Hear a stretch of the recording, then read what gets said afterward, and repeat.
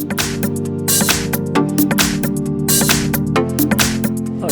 in front of me is a Motorola Moto G8 Plus, and today I'll show you how to insert SIM and SD card into the device.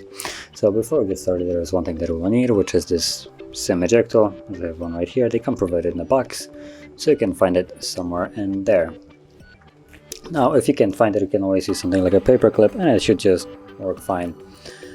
And then you want to push out the tray, which is, let's just first take off the cover of the device. So it's right here on the left side. Yeah, there we go, you can see that it popped out. And from here you have access to one SIM tray and one SD tray, or two different SIM trays. So just before I actually put in the SD card, I will show you how you could put the SIM card like so, and that is in the place for the SD card.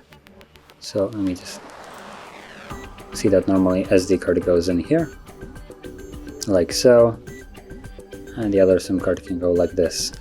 And make sure that they're laying both flush, and then you can slide it back into the device. And there we go, there's the SD card and SIM card. There we go, there's the SIM card. So you can see that both of them working fine. And if you found this video helpful, don't forget to hit like, subscribe, and thanks for watching.